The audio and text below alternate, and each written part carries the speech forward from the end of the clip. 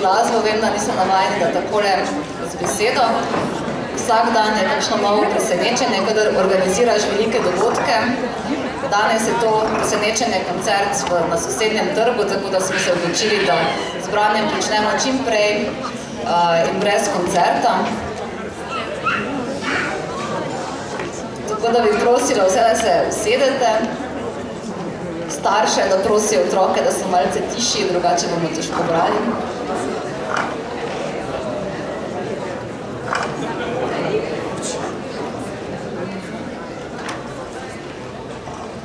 Predzadnji dan je, predzadnji večer, festivalski duh je v polnem zagonu, kar se te pesnikov tiče prav gotovo, pa tudi po zaslugi danes Bojana Kobala, ki jih je peljal na temeljit ogled Ptujske kleti.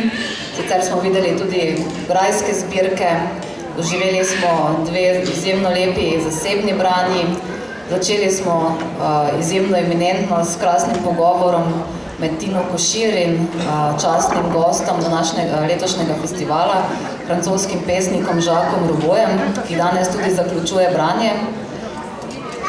Še enkrat bi prosila, da vsi, ki se želite pogovoriti, da greste morda v sosednje uličke ali pa v kavarno.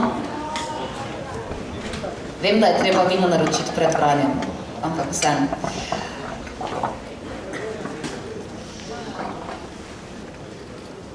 Hvala. Danes začenjamo z Denisom Driscollom. Denis Driscoll je bil sicer danes gost izjemno prijetne gostiteljice, ne vem, kaj Doblekar, pri kateri se je spet izkazalo, da je bilo prostora za vse, ki si želijo k njej bistveno premalo. Sicer pa je najno druženje z Denisom traje že nekaj časa, spoznala sem ga na škotskem festivalu, kjer je bil častni gost in me takoj navdušil s svojim branjem. Po naključju pa se je izkazalo, da živiva v istem hotelu in smo začela skupaj jesti zajtrke. In moram povedati, da škotski zajtrki so res nekaj zelo posebnega, kajti običajno jejo za zajtrk pečeno kri, pa napolnjene ovčje želodce z trgovino. No in med vsemi temi slasticami smo se midva z Denisom pogovarjala o poeziji. Danes je pri Nevenki govoril o tem, kako včasih čuti to, da ko odkrije novega pesnika, da ga pravzaprav noče z nikomer deliti, no moja izkušnja z njim je prav obratna.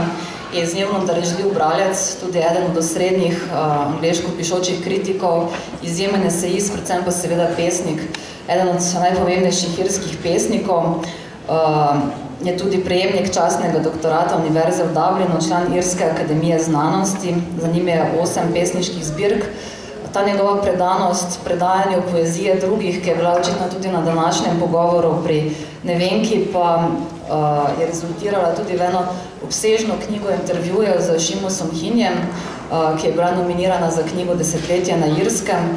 Sicer pa imam doma tudi eno krasno zbirko citatov različnih pesnikov, ki jih Denis še posebno rad bere. Denis Driscoll.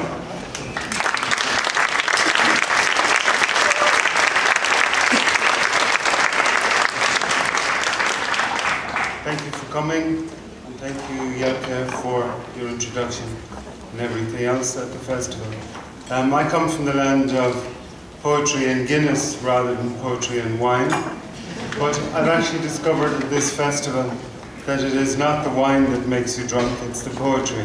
So many things happening and so many events occurring that it gets dizzying and wonderfully so in the end, intoxicating and delightful.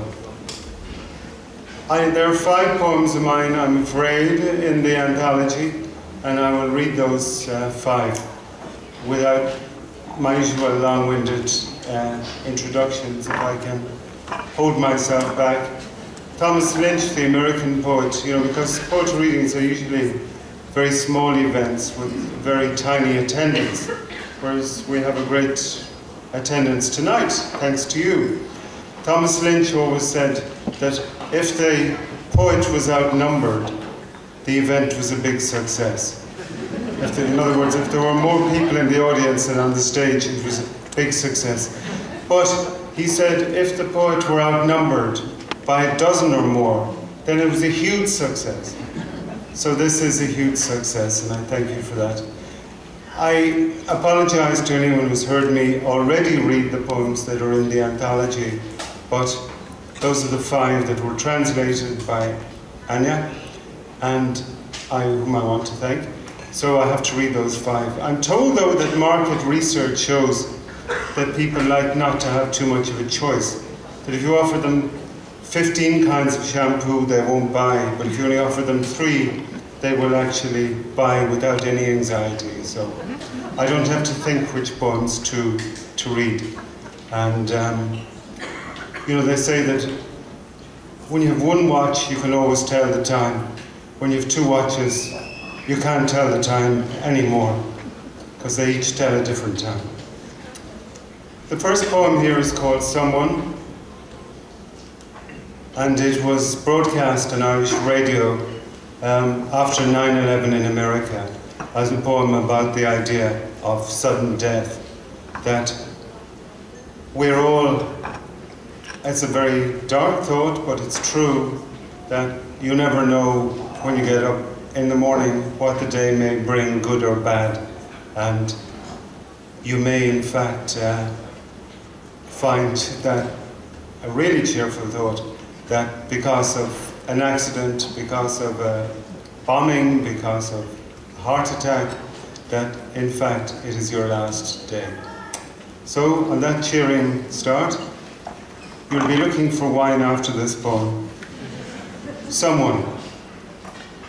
Someone is dressing up for death today, a change of skirt or tie, eating a final feast of buttered slice pan tea, scarcely having noticed the erection that was his last, shaving his face to marble for the icy laying out, spraying with deodorant her coarse armpit grass.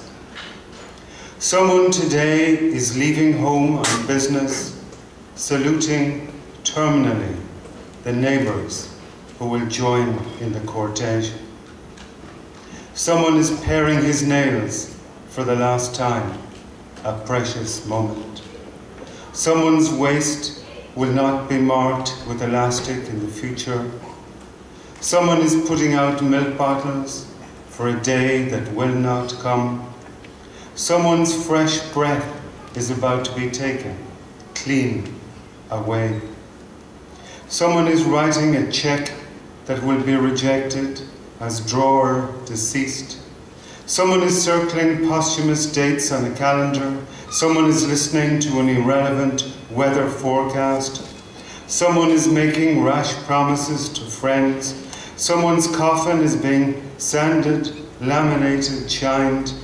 Who feels this morning quite as well as ever. Someone, if asked, would find nothing remarkable in today's date. Perfume and goodbyes, her final will and testament. Someone today is seeing the world for the last time as innocently as he had seen it first. And the next poem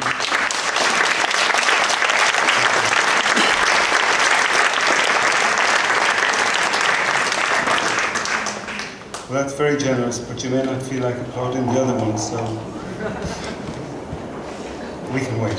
But thank you very much. This one is called Middle Class Blues, and it's an old poem finding a new meaning in the age of economic recession. It's a poem that the IMF might enjoy at this stage. I'm keeping it for that man that was in trouble in New York recently. Let him see how the Irish are living now. Middle class blues. He has everything.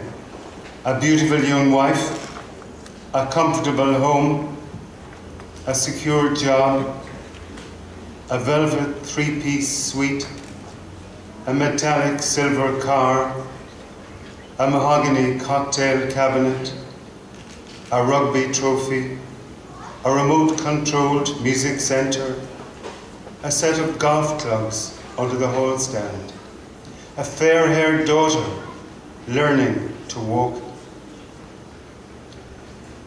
What he is afraid of most, and what keeps him tossing some nights on the electric underblanket, listening to the antique clock clicking with disapproval from the landing, are those stories that begin, he had everything: a beautiful young wife, a comfortable home, a secure job.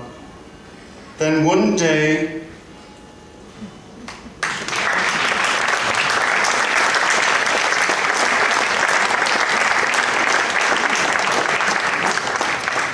and this poem came out of the fact that two supermarket chains in Dublin had very similar names. And I'm told that this is a poem that could not happen in the cell phone era, because now people just ring one another. So I still don't have a cell phone, because I hope that I will be able to write more poems. Misunderstanding in music. So one person in this poem is at one supermarket and they believe they're in the right place at the right time, and the other person in the poem is at a supermarket with a similar name, convinced that they are in the right place at the right time. Misunderstanding in music. You know music, it's that music that's in the background in hotels and supermarkets and so on. You are in the super value supermarket expecting to meet me at 6:15. I am in the extra value supermarket expecting to meet you at 6:15. Danny Boy is calling you down special offer aisles. Johann Strauss is waltzing me down special offer aisles. I weigh mushrooms and broccoli and beans. You weigh beans and mushrooms and broccoli. It is 6:45. No sign of you. It is 6:45. No sign of me. You may have had a puncture. I may have been held up at work. It is 6:55. You may have been murdered. It is 6:55. I may have been flattened by a truck. Danny Boy starts crooning all over you again. Johann Strauss starts dancing all over me again. Everything that's needed for our Sunday lunch is heaped up in my trolley, your trolley. We hope to meet somewhere to eat it.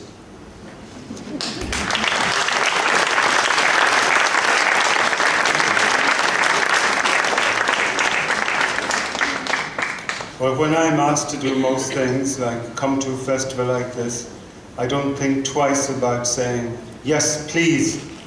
But in my job, I was always being invited to parties for weddings, engagements, baptisms, deaths, promotions, everything. And I always said yes, but I really wanted to say no sometimes because I wanted to get home after work. So this is a poem in which I imagine I'm saying no to things. So please don't stop inviting me to marvelous festivals. No thanks. No, I don't want to drop over for a meal on my way home from work. No, I'd much prefer you didn't feel obliged to honor me by crashing overnight. No, I haven't the slightest curiosity about seeing how your attic conversion finally turned out. No, I'm not the least bit interested to hear the lowdown on your Florida holiday. No way am I going to blow a Friday night's freedom just to round out numbers at your dinner table. No, I'm simply not able for the excitement of your school term coffee mornings. No, strange though it may seem, your dream kitchen holds no fascination whatsoever for me.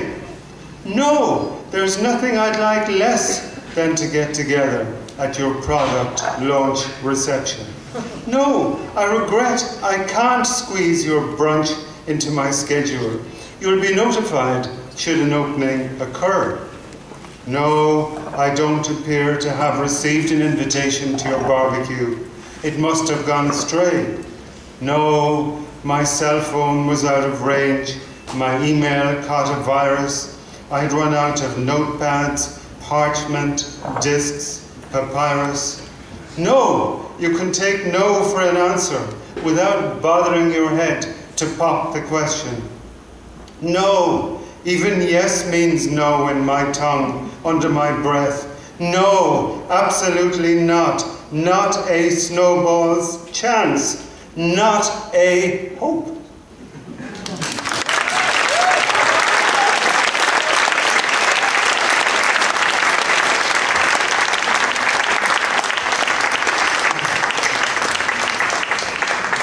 Well, I began with a depressing poem, so it would be a pity not to leave you depressed. And I'm now going to offer an even more depressing poem because it's about the subject that I think we all fear most is Alzheimer's disease. Alzheimer's disease. That dementia that unfortunately inflicts some people early, some people older in life, and I suppose is the greatest terror that anybody has. But I was thinking about the man who gave his name to Alzheimer's disease, who is now remembered because other people get forgetful. So I thought, well, somebody should write a poem in memory of Alzheimer, who this disease is named after. So the poem is called In Memory of Alwa or Alash Alzheimer, 1864 to 1915. Before this page fades from memory, spare a thought for Alwa Alzheimer, called to mind each time someone becomes forgetful. Disintegration vindicating his good name. His is the last image assigned to the ex-president who was slipped from public view. Soiled sheets give credence to his thesis. His territory is marked out by the track of urine dribbled along the corridor of the daycare center. Lie closer to me in the dry sheets while I can still tell who you are. Let me declare how much I love you before our bed is sorely tested. Love me with drooling toxins, with carbon monoxide, with rope, with arrows through my heart.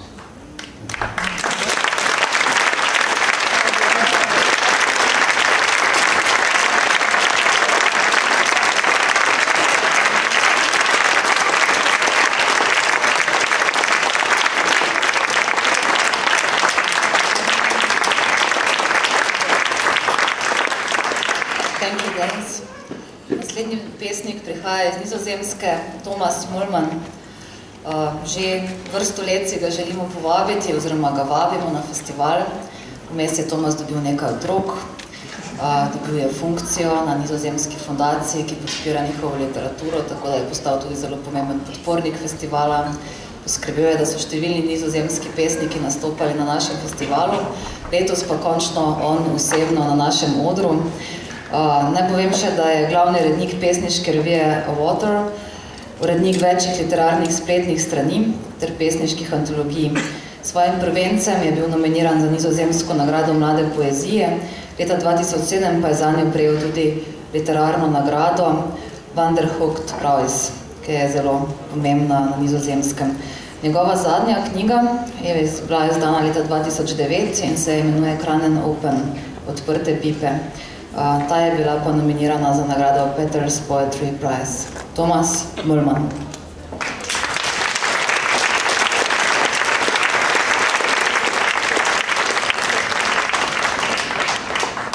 Thank you. As Jelka will have told you, I am from Amsterdam, but I'll read you a poem about another perfect city in the Netherlands, Rotterdam. Since I'm not really a big fan of Rotterdam myself, I normally read it very, very quickly. But since you'll have to sort of keep track with me on the screen, I'll try to, Nooit stil. Als een zebrapad dat van geen ophouden weet, een uitnodiging zonder datum of plaats, alsof, wanneer hij stilstaat, ik ook stil zal staan, maar hij staat nooit stil. Eén grote omtrekkende beweging, een stad zonder centrum, een opeenhoping van centra, een verzamelpunt voor rukwinden, een genadeloze machine van mogelijkheden, een voetganger omringd door stoeptegels, stoplichten op groen wachtende auto's, voorrang verlenende fietscouriers en nergens een bankje om eens genoeglijk op in te storten. Alsof er kortom iets moois aan staat te komen en iedereen gewoon de goede kant op moet. We zullen winnen als we maar willen en vooral alsof ik iets voor hem in petto heb. Een zinnige vraag, een verhelderend antwoord, het begin van een zin.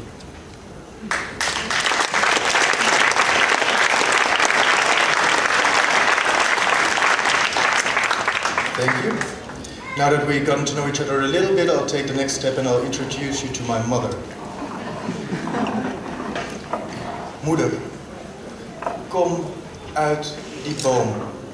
Met je draadje en de hele dag geen mens gesproken, geen vogel gestrikt en op tafel binnen 2 lege borden, 2 warme glazen zonder wijn. En hier je arme stoel, helemaal alleen, zonder jou zie je wel, dus kom uit die boom, lieve moeder. Uit de schoorsteen geen rook, onder de ketel geen vuur. En de geit tot de rand toe gevuld knabbelt bij de drempel aan het kleed en de kip is erbij gaan liggen als een droog boeket. En toen ik de vaas liet vallen, vloog overal de splinters en dat rond en in mijn mond wordt het alleen maar zoeter en het zwiept en kraakte om je heen onder de volle lucht. Dus kom maar, moedertje, uit die boom, met je draadje en je blikjes, met allebei je benen.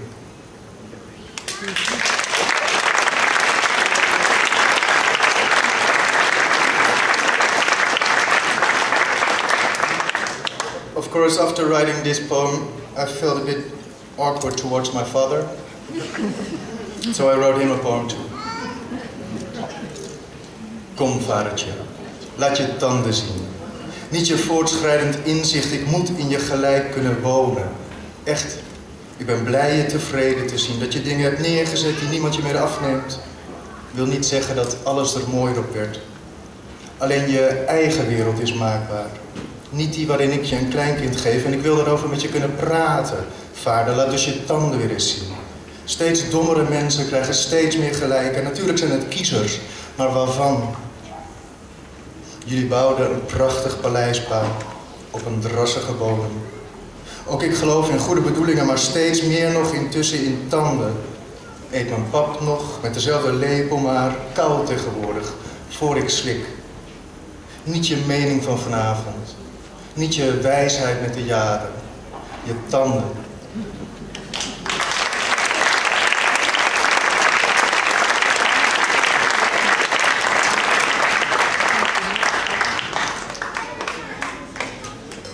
My first collection was called, that's not this one, but the other one, The Liquid Boy, so you'll understand that sometimes I need to get a little fuel. Now, something very and completely unautobiographic. Hij heeft lang gezocht. Elke stap verkleint en vergroot het aantal mogelijkheden, maar het zijn niet de mogelijkheden waar hij naar zoekt. Er moet een andere weg zijn dan deze, maar zodra hij die neemt, moet er een andere weg zijn. Hij sprak mensen aan, stelde zich onder wisselende namen voor en vroeg of men wist waar men was. Op volle zee, in de navel van de wereld, aan de rand van goed onderhouden voortuintjes. Men wist het niet. Waar de lucht zo ijl werd dat hij duizelde. Waar de dikke lucht hem de adem benam. Waar iedereen op elkaar stenen trapte. Waar geen zinnig mens zich zou wagen. Waar iedereen moest zijn geweest. Men wist het niet.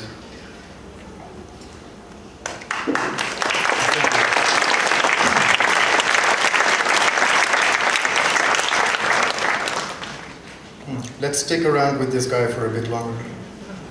Hij staat achter ons. Steeds een andere naam. Iedereen komt en gaat. Zolang je daar stilstaat, maken we ons geen zorgen. Moeten we ons zorgen maken om hem? Hij biedt zijn plaats aan niemand aan. Nu beweegt hij helemaal niet meer. Er blijven altijd meer plekken over waar je nog niet was dan waar je geweest bent. De een bergt zijn bergschoenen op in een kluis. De ander schudt het stof van de neuzen en boekt een 3-sterren bestemming. Hij lijkt te bewegen, soms, als we bijna slapen. Kan iemand hem vervangen? Iemand zijn veters strikken? Iemand verzeilt in een lichaam met het liefst ter plekke een paraplu. Weggeblazen, een misgegooide stok. Hij bewoog, maar zijn plaats afstaan, geen sprake van. Vastbeslotener dan ooit aan ons gehaakt, wacht hoe we hem nu weer noemen. De mogelijkheden rollen over de rails. Hopen we dat hij verdwijnt?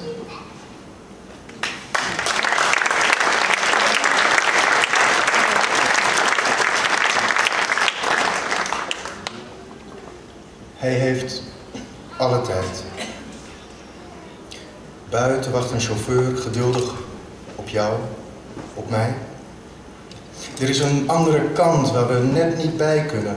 Ik beloof je niet open te doen voordat de bel gaat. Zolang alles blijft zoals het is, zal de bel niet gaan. Hij houdt zijn portier dicht. Zit en steekt bij zwak licht een sigaret op. Laat zonder een zucht de eerste rook ontsnappen. Kijkt niet, maar staart. In het nonchalante besef dat wij intussen niets anders konden dan opstaan en de gordijnen een fractie verschuiven. Jouw chauffeur? De mijne? We zouden zelf onverschilliger moeten zijn, of meer in paniek. Voetstappen naderen, passeren, verdwijnen en een paar straten verder naderen nu. Voetstappen zullen passeren en verdwijnen en de laatste rook kringelt naar boven in de roerloze cabine voor onze deur. Er is een andere kant waar we elkaar weer zullen treffen. Ook als er eenmaal is aangebeld. Ook nadat een van ons de ander geruststellend heeft toegeknikt. Now for the next poem, as I noticed this is the first one you're not applauding, I'm quick to go back to my father and mother.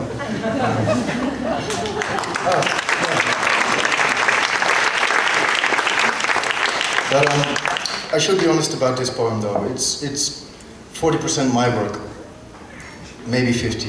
The other percentage is done by Franz Kafka, and all I had to do was read one of his marvelous miniature stories and rearrange some of the words and then add 40% of my work. So this is a Kafka-Möllmann co-production.